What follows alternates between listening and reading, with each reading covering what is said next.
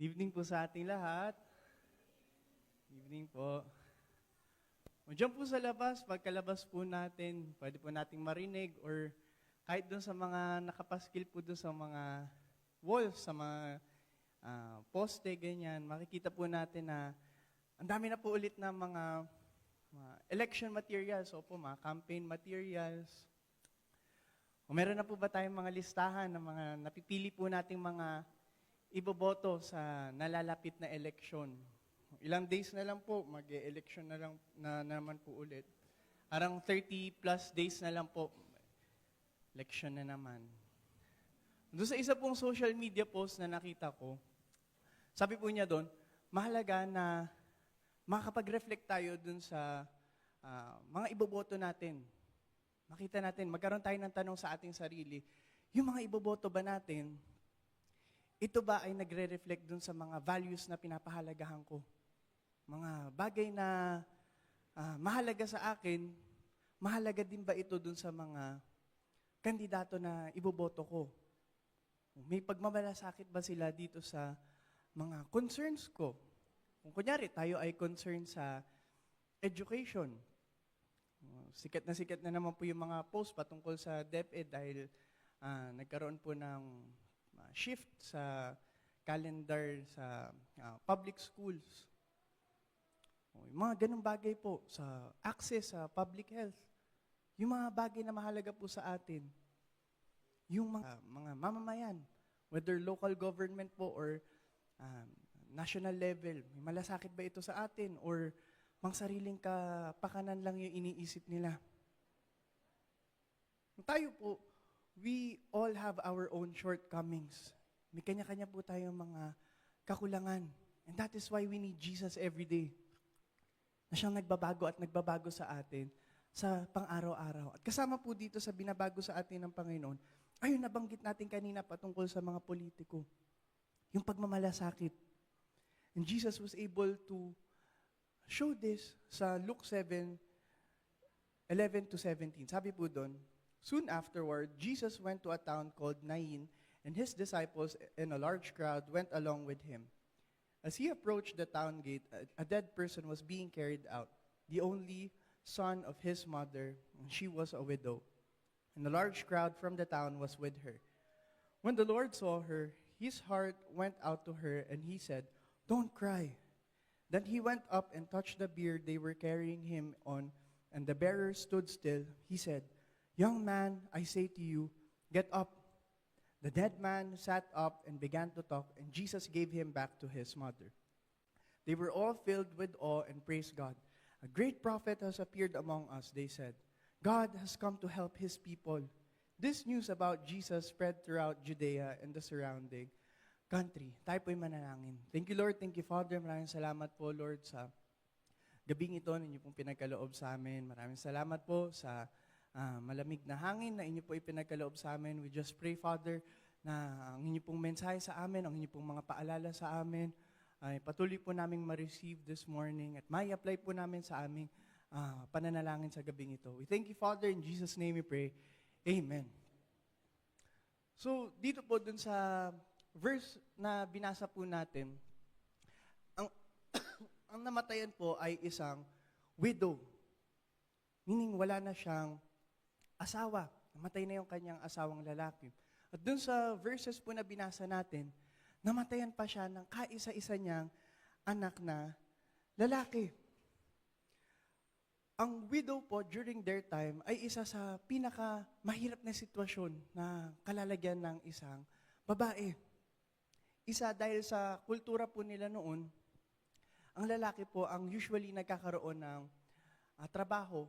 And so, yung lalaki lang po yung nagkakaroon ng source of income sa family. Pangalawa po, kung walang source of income, paano po sila makakakain kung walang nagtatrabaho sa family? Ganoon rin po, sa culture po nila, ang nakaka-receive lang ng inheritance or ng mamanahin na lupa, property, ay ang mga lalaki. Bukod po doon, ang mga lalaki po ang usually na-assign na mga tagapagtanggol o o yung mga may sinasabing malalakas na kapasidad para maipagtanggol yung kanyang pamilya. Doon sa situation po ng widow, lahat po dun sa listahan natin kanina, ex po siya dun. Wala siyang magtatrabaho para sa kanya, walang magbibigay sa kanya ng pagkain, yung kanyang tinitirahan, maring mawala sa kanya.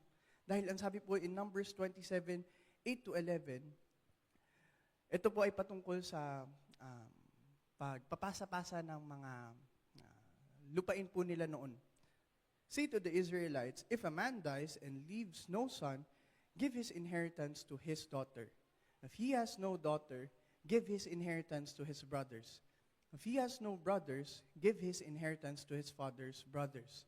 If his father has no brothers, give his inheritance to the nearest relative in his clan, and he shall possess it. Wala po doon sinabi na kapag namatay yung lalaki, ipapasa siya doon sa asawa. Doon po sa mga anak nila na lalaki, mga anak na lalaki po yung priority dito. Kung walang anak na lalaki, sa anak na babae. Kung walang anak na babae, sa kapatid nung namatay na lalaki. Kung walang kapatid na lalaki yung namatay na lalaki, sa nearest relative ng lalaki. So wala pong assurance yung widow. Tapos namatay pa po yung kanyang anak na lalaki. And in Numbers 35, 26-27, ESV po, ito naman po ay patungkol sa avenger of blood. Yung sinasabi po natin kaninang tagapagtanggol. Usually, ang ina-assign po ay mga kalalakihan. Ang sabi po dito, but if the manslayer shall at any time go beyond the boundaries of his city of refuge to which he fled, and the avenger of blood finds him outside the boundaries of his city of refuge, and the avenger of blood kills the manslayer, he shall not be guilty of blood. Ang gusto lang po natin sabihin dito, yung avenger of blood o yung tagapagtanggol ng isang pamilya ay ina-assign madalas sa lalaki. Or dito po, he po yung ginamit. So, walang magtatrabaho para sa kanya, dun sa widow na nabasa po natin kanina, walang mabibigay sa kanya ng pagkain, wala siyang inheritance, wala siyang tagapagtanggol. Well, meron po silang mga specific ruling patungkol sa mga sitwasyon ng widow and yung iba pa pong minority sa Bible, hindi rin po ito nasusunod. Kaya nga po in Matthew 23 verse 23, nagalit po si Jesus dun sa mga religious leaders kasi nakafocus yung religious leaders at that time sa pagtanggap ng tithing. Yun nga po yung safety net nila noon para dun sa mga mahihirap. Tanggap sila ng tanggap ng tithe, pero hindi nagkakaroon ng justice or ng righteousness sa kanilang bayan. Hindi na ibibigay dun sa mga karapat-dapat na makatanggap nito yung kinukuha nila. Kumbaga na kukuha lang nila for themselves. So yun po, sabi po natin kanina, yung tithing, isa po yun sa safety net system nila noon to make sure that everyone gets to eat. Wala man siyang trabaho, widow man siya, orphan man siya, everyone gets to eat. Yun po yung purpose ng tithing. Na wala magugutom sa kanila nung time na yun. So ito po, yung mga bagay po na binasa natin kanina, this is just for us to understand yung situation ng widow. Kung paanong hopeless yung situation niya. Kung bakit siya tumatangis at that time. Hindi lang po dahil dun sa emotions na meron siya na namatay yung kanyang kaisa-isang anak. Pagkus yung kanyang future ang at stake dito. And also, so that we have a better understanding of verse 13. Ang sabi po sa Tagalog Bible, nahabag ang Panginoon. Ang sabi po sa NIV naman, when the Lord saw her, His heart went out to her and He said, don't cry. And here we see God's heart. Kita po natin kung paano nagmamalasakit si Jesus dun sa widow na namatayan. Jesus understood their culture. Naintindihan nila kung anong ibig sabihin ng maging widow during their time. At naintindihan din niya yung injustice, yung unrighteousness na nagaganap during their time. Na dapat may safety net for them, pero hindi na nangyayari. So alam niya na the moment na namatay yung kaisa-isang anak lalaki nung widow, wala nang hope yung widow. But we also understand that Jesus is beyond time and space. Bagaman hindi pa niya nagagawa yung miracle for Lazarus, his friend, at that time, since he is beyond time and space, alam niya yung feeling nung namatay yung kanyang kaibigan na si Lazarus. Kasi nga, above time and space si Jesus. And so hindi lang based sa knowledge of their culture yung nararamdaman ni Jesus dito. Yung kanyang habag ay hindi lang dahil sa common sense na alam niyang hopeless yung babae, kundi nararamdaman niya kung ano yung nararamdaman nung widow. Ang sabi nga po in Hebrews 4 verse 15 to 16, "For we do not have a high priest who is unable to empathize with our weaknesses, but we have one who has been tempted in every way, just as we are, yet he did not sin. Let us then approach God's throne of grace with confidence, so that we may receive mercy and find grace to help us in our time of need." Now, while these verses focuses on sin and temptation, ito pa rin po ay nangungusap sa malawak na katangian ng ating Panginoong Jesus patungkol sa pagmamalasakit at sa ating pangangailangan ng mercy and grace. Basahin po ulit natin yung ating verse in Luke 7. Sabi po doon, in verse 14, "Then he went up and touched the bier they were carrying on, and the bearer stood still. He said, 'Young man, I say to you, get up.' The dead man sat up and began to talk, and Jesus gave him back to his mother." Dito po, makita natin na wala pong ginawa yung widow. Hindi siya nagmakaawa kay Jesus. Narinig lang ng ating Panginoon. Nakita lang niya yung itsura ng widow. At siya po ay gumawa ng something for her. And all of a sudden, yung dating hopeless situation ng widow, ay nagkaroon na ulit ng hope. Naging hopeful na ulit dahil sa miracle na binigay sa kanya ng ating Panginoong Jesus, sa grace na kanya ipinagkaloob sa kanya. Ngayon po, from these passages in Luke 7, makita po natin kung paanong nahabag po si Jesus dun sa widow. And as Christians, we are also called to follow Jesus' example. Kung paanong siya po ay may puso para sa mga taong ito.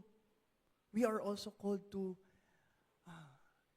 give our hearts para dito sa mga taong ito. Yung compassion po, yung pagmamalasakit. And so this evening, sa ating pananalangin po, nawa maalala po natin sila. Sabi po natin kanina, panahon na naman po ng election. And so with the marginalized in mind, nawa ipanalangin po natin yung mga iboboto po natin.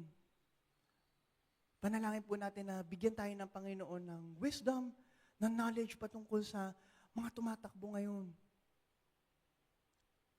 Mahalaga po na panguna yung merong pagmamalasakit yung tumatakbo sa mga tao.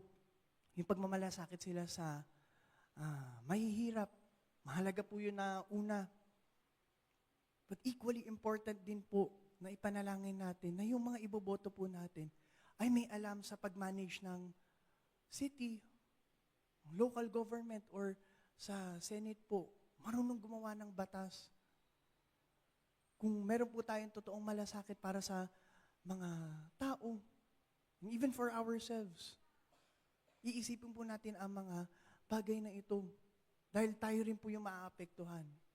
Doon rin po, yung mga marginalized na sinasabi natin, sila po yung talagang makakasalo ng kung masama man po yung maging outcome, sila po yung sasalo nito.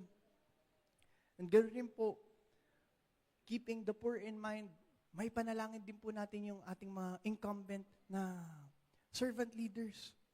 Yung mga nasa posisyon po ngayon na habang sila ay nasa posisyon ngayon ay makagawa sila ng mga bagay, ng changes for our community, especially for the marginalized. And lastly, kung nabalitaan niyo po yung recent na lindol at sunog sa Myanmar, chinek ko po kanina, nasa 3,500 plus na po yung mga namatay. At isa po dito ay Pilipino, kababayan po natin. Imagine niyo po kung gaano karami yun.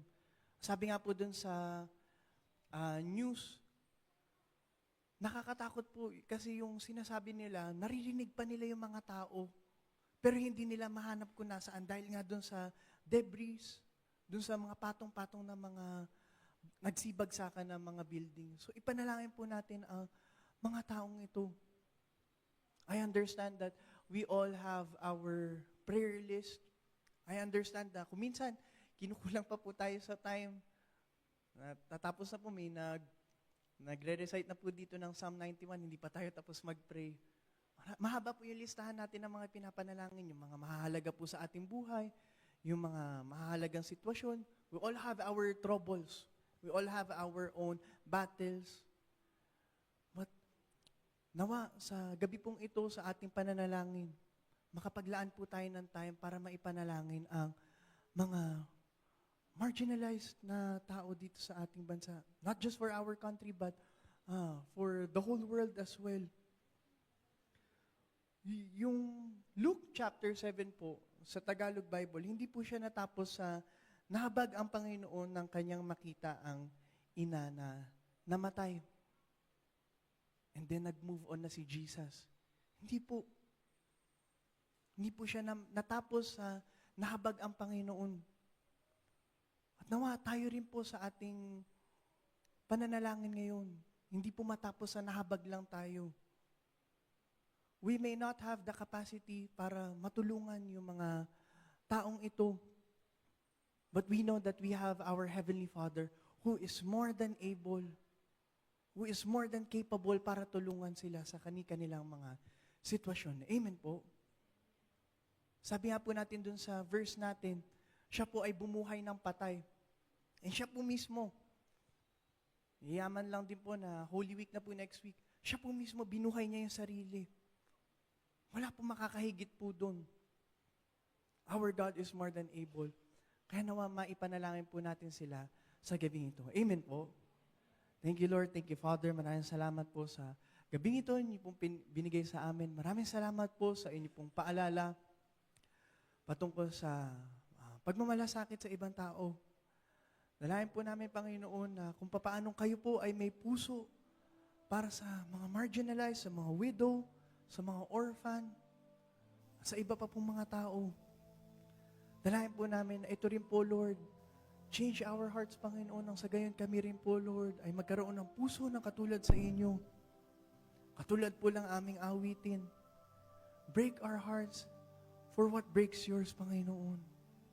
Help us, Lord, Panginoon, to follow you in every aspect of our lives. We thank you, Father, in Jesus' name pray. Amen and amen.